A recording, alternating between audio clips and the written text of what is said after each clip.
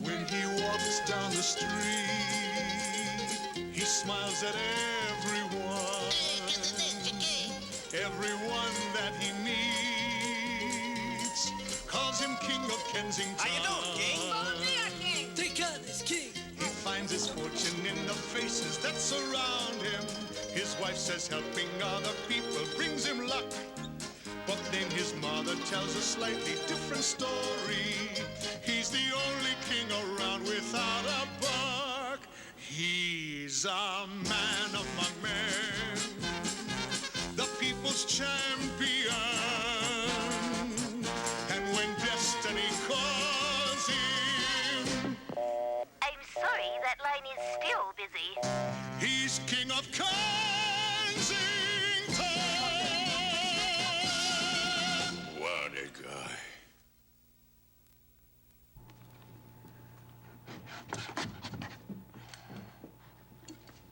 Oh, that cake looks terrific. What are those? Little sandwiches. I know that, but what kind? Tuna and dill.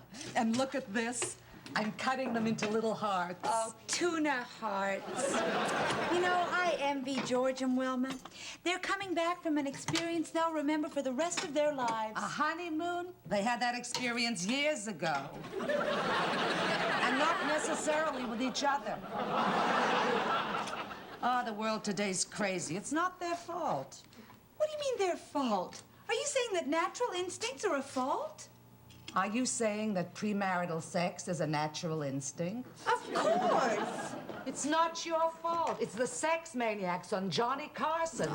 Dr. Rubin, Dr. this, Dr. that. How to do it this way, how to do it that way. You should stand on your head. You shouldn't stand on your head.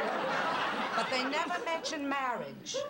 So far as they're concerned, the whole world can stand on its head without a license. And as far as I'm concerned, you have absolutely no right to lay your value judgments on other people's actions.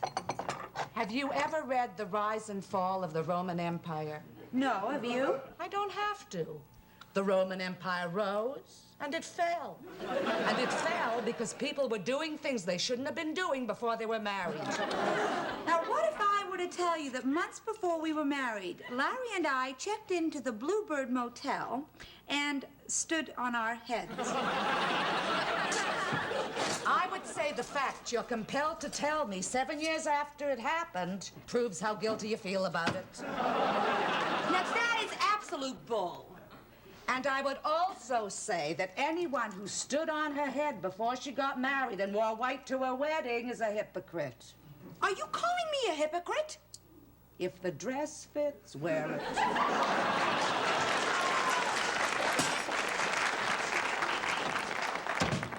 George and Wilma here yet? No. You get the dip? Yeah. What's the matter with you? Oh, your mother. She gives me such a pain in the neck sometimes. Why? Oh, nothing. She found out. She found out. What she found out? About us. She found out about us. Yeah, we've been intimate. Hey, Kathy, the way I see it, honey, we couldn't go on hiding it much longer. I'm talking about the Bluebird Motel. The Bluebird Motel. Oh, that intimate. Oh, yeah. Hey, well, how'd she find out about the Bluebird Motel? I told her. Well, what'd you tell her that for? Well, we were having our usual violent chit-chat, and I happened to mention it in passing. She's so old-fashioned sometimes. Oh, well, you gotta remember Ma's from another generation. You know, she had a very strict upbringing about those things. My grandfather was so orthodox that he used to take the roosters out of the flock on a Sabbath. What did he do that for? Well, honey, don't you know what roosters do? What do they do? They check in motels and they go cock-a-doodle-doo. Hey, listen, honey, I want to tell you something, and don't you ever forget it. When I think of what we got, believe me. You're a very interesting conversationalist. We'll pick up on that later. Hey, George, Wilma, Honey. Hey, did you two go to Bermuda? We did? Yeah? Well, where's the tan? Sit down, you two. Or didn't you ever get out on the beach? Ask us no questions, we'll tell you no lies. Well, you look fantastic. Oh, look what we brought you, babe.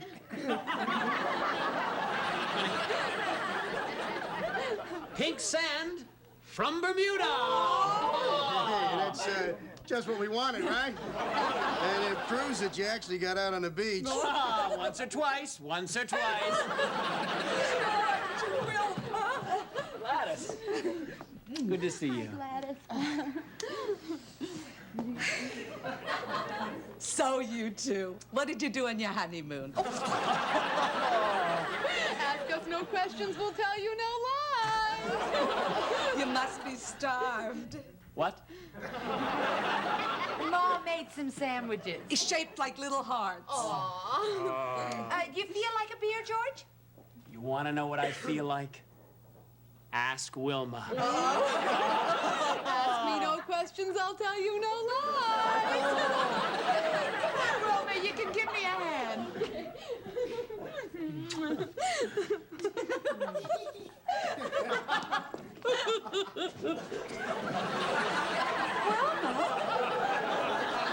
what's the matter? Wilma, what is it? Nothing. It's all right. I'm sorry. Wilma, why are you crying like that? Did we say something? Wilma, don't cry. Here, have a heart-shaped tuna.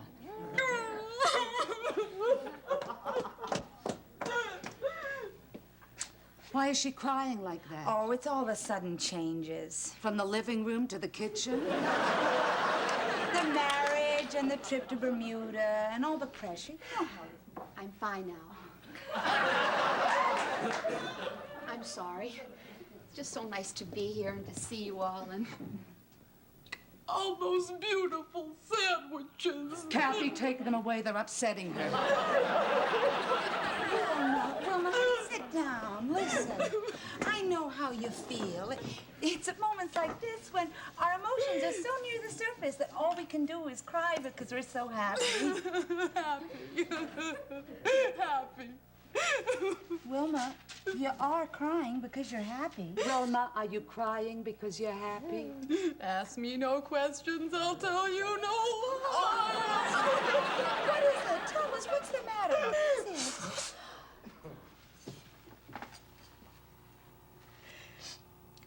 There was no consummation at the hotel. She's not talking about soup, is she?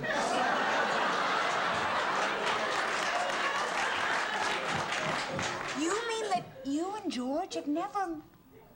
Never. Then you're still a... I haven't been a vet since my first high school harvest ball. Well, it's not her fault. Molly, where's the beer? Oh, Kathy, he won't come near me. He never came near me. Why did you marry him? So he'd come near me. Wilma, George has a problem. It's not his fault. It's Johnny Carson. Where's the beer? Kathy, Gladys, you mustn't breathe a word of this. Promise me. I don't want George to know there's anything wrong. But Wilma, you can't... Please?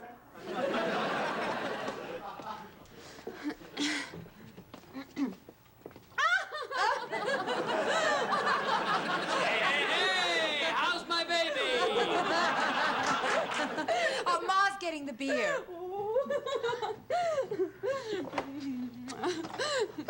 George was telling me what a ball you had in Bermuda. Oh. It was just incredible. Well, I never figured you to get married.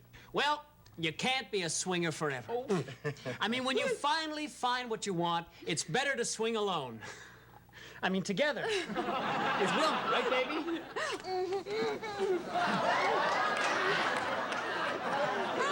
Later, baby. Hey, there's the beer. You know, Georgie, Wilma, I gotta say it. I know I'm looking at two people, but I also know... Hey, listen, if this sounds a little old-fashioned, you gotta excuse me, but I know that through the holy bonds of matrimony, what I'm really looking at is one person. Right. One person.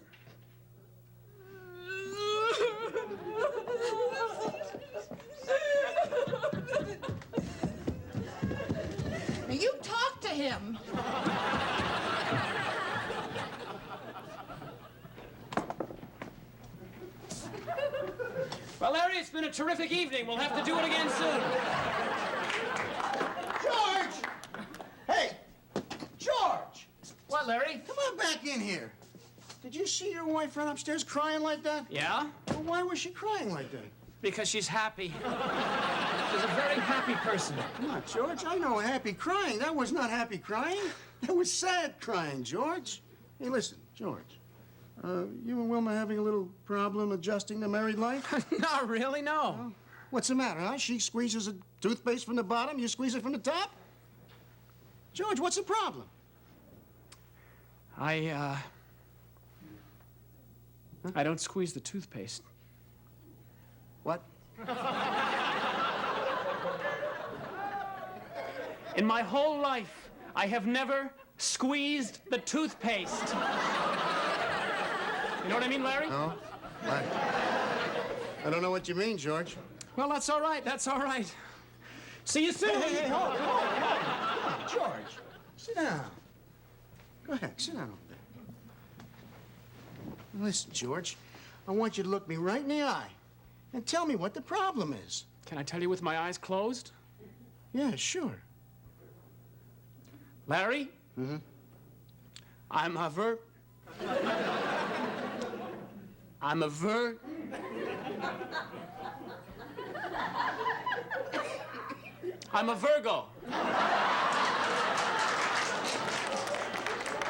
A Virgo? Yeah, September the 17th. Well, so I'm a Leo. I'm like a Virgo. Like the first part. George, you're a virgin? Hey, come on. So what? That's nothing to be ashamed of or embarrassed about? Come on, all you gotta do is what comes naturally. That's the whole problem, Larry. It isn't coming naturally. I thought it would when we got married, but it's not. George, you want to do something for me? Why don't you come and see my doctor tomorrow afternoon, huh? Hey, and he will recommend a specialist. Hey, a sexologist. Hey, come on, George. You do that, please? For me. Please. Well, all right, I'll go. Good. On one condition. Yeah, sure. Don't tell Wilma I'm... A Virgo?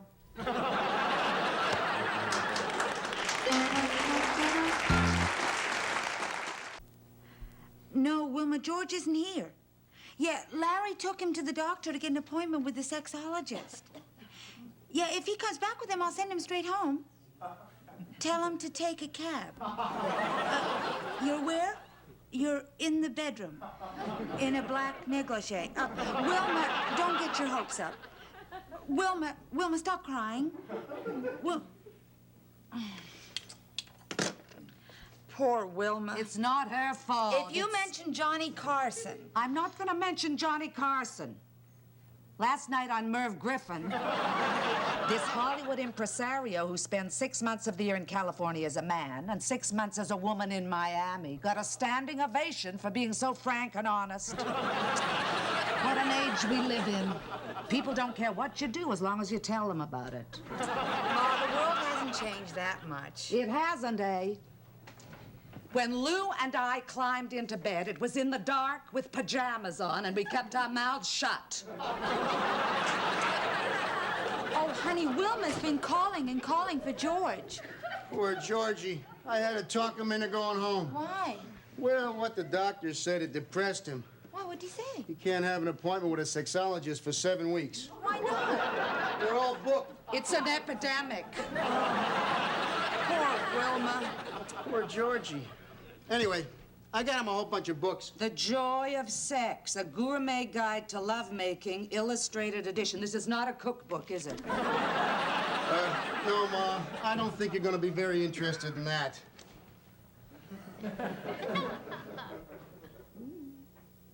Where did you get this? At the library. Ma, you're not interested in all that stuff.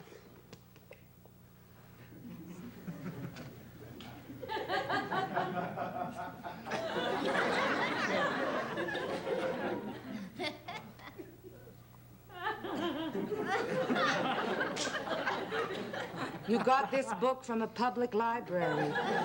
Yeah, a public library.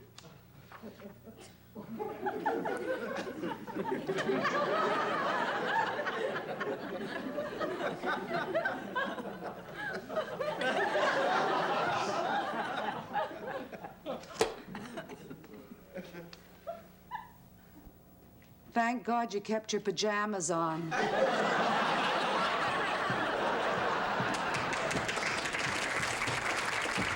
Any Man Can, The Sensuous Man, Sex in the Yukon. Yeah, it's by Pierre Burton.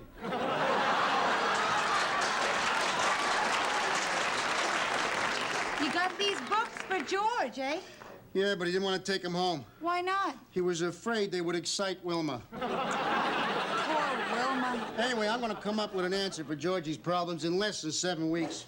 Well, when you've finished reading all those books, I'd like to see you alone for a couple of hours. Yeah? That's what the librarian said.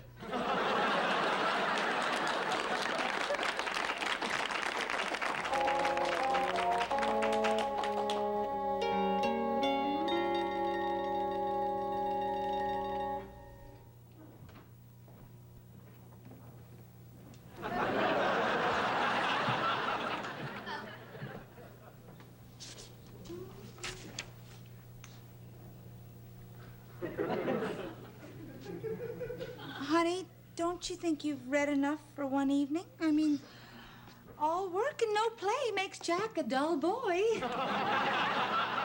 This book is not for Georgie. Why not? Well, it tells you how to. It doesn't tell you why you can't.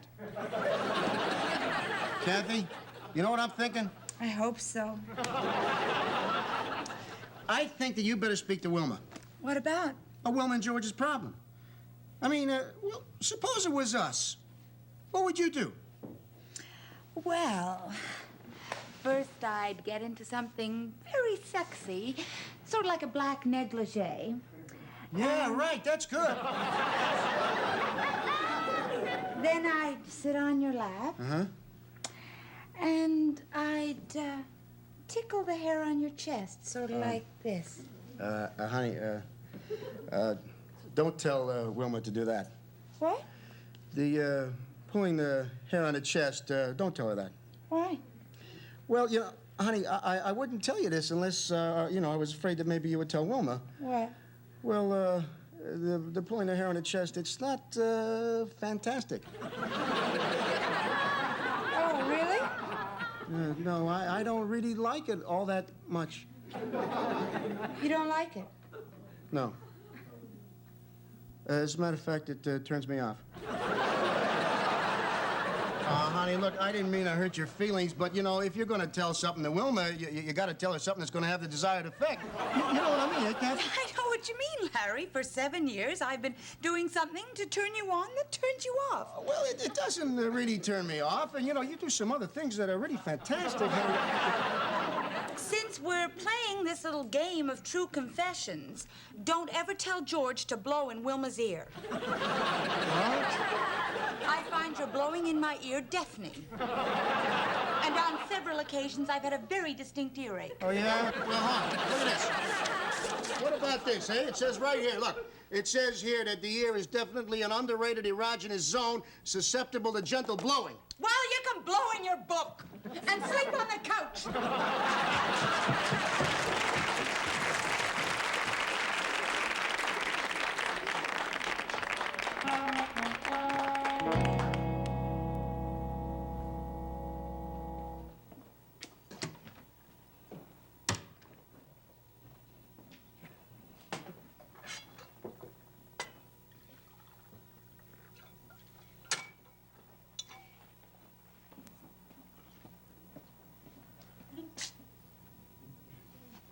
Larry, why are you still sleeping on the couch?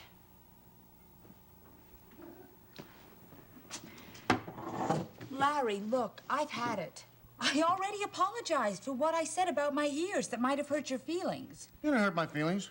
Well, then why are you sleeping alone on the couch instead of in our bed? I'm worried about something, that's all. What about, honey? Nothing. It's, nothing. Nothing at all. It's got nothing to do with you, even. Larry, you've had nothing to do with me for 3 nights. Where are you going? Huh? Oh, I'm going to the library. I got to pick up a book. Larry, what is the problem? What kind of problem? Doorbell. Hi. How are you? Hello, Wilma. Hey, Wilma, how are you? Fine. I can truthfully say I am finer than I've ever been before. Well, we've got to get back to the apartment. Oh, hey, No, we were just out for a little break. I mean, a little breath of fresh air. Thanks a lot. Honey, why don't you show Wilma the new, why don't you show her something that's new in the kitchen? Come on. I'll show you a new potato. So, George, what? What? What happened? Larry, I told Wilma the truth, that I was a Virgo. And Larry, she took me by the hand and led me into our bedroom. And then she turned down the lights and she took me into her arms and she gazed into my eyes. And then she tickled a hair on my chest. And I'm not a Virgo anymore. It's really great, George. Tell me, what about that appointment with the sexologist? Oh, yeah, I'll have to cancel that. Yeah, when was it for? February the 8th. February the 8th. Yeah, okay, I'll tell you what, I'll cancel that for you. Happy. Very happy. Listen, you don't have to run, you know, you two. You could maybe watch TV with us. We'll send up for a pizza, huh? I mean, what's the hurry? Ask us no questions. And we'll tell you no lies.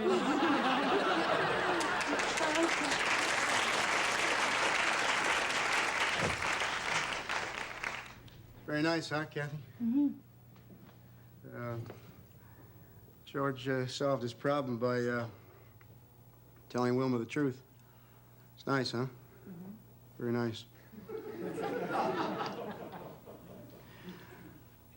Okay, Kathy, here it is. I spent the past 3 nights reading all those books, and, now I feel like a concert pianist in the middle of a Beethoven sonata who starts to think about his fingers, and I can't play anymore.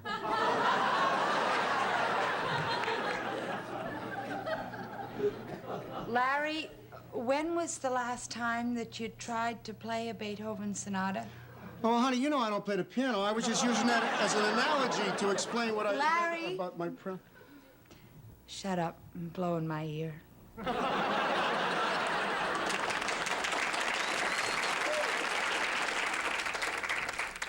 Kids, I said you'll be late for work! Well, Lou, what can you do? It's not their fault.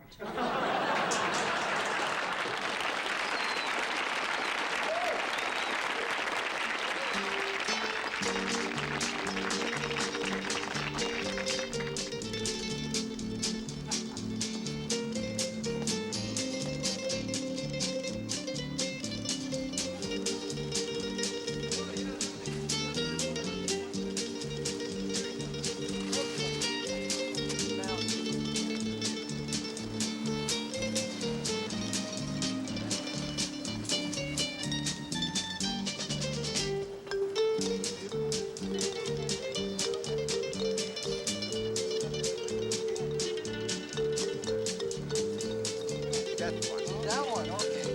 Hey, give this man here a bag. You give him a bag. 95, please. Thank you very much.